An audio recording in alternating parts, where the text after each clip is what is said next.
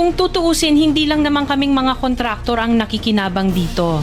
Marami din sa inyo, mga politiko, ang nagpapataba ng bulsa sa pangungurakot. Ang totoo, may hati-hati yan mula sa pinakamataas hanggang sa mga nasa gilid lang ng sistema.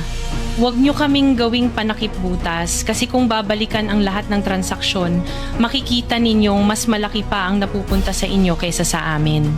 Lahat tayo alam ang laro, pero pag nahuhuli, kami lang ang tinuturo at pinarurusahan. Kaya huwag ninyong ipakita sa publiko na malinis kayo dahil sa bawat proyekto may kapalit na porsyento para sa inyong mga opisina.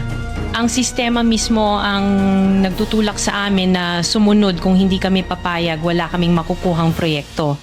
Pero sa likod niyan, kayo rin ang pinakaunang nagdidikta kung magkano ang dapat itabi para sa inyo. Kaya kung talagang seryoso kayong mag-imbestiga, wag lang kaming kontraktor ang sisihin.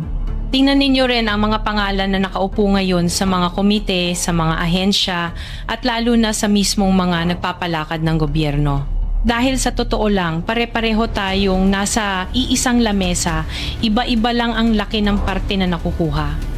Kawawa po talaga ang mga mamamayang Pilipino kasi ninanakaw lang natin ang kaban ng bayan. Pera ng taong bayan pero tayo ang nakikinabang. Hindi ba tayo nahiya? Ang mga mahihirap mas lalong naghihirap. Kaya tama na ang pangungurakot natin. Sinong umaahon, tayo ba o sila? Mga ngiti nila habang nakalubog ka pa. Saan napuntang bulsa? Pinaghirapan kong mga barya. Minumulto na ng mga pangako nyo.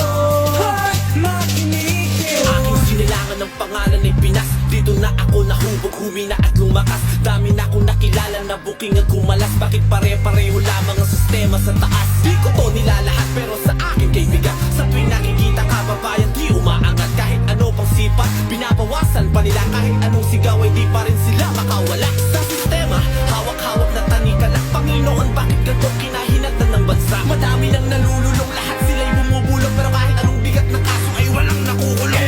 Putang ina, pasensya ng tagasunod. Pamamatawad po ama, agad akong lumuluhod. Bumubukod, sumusunod na lang tayo sa kleptokrasya. Tungto ng puro dahilan. Makinig kayo. Tama po ba?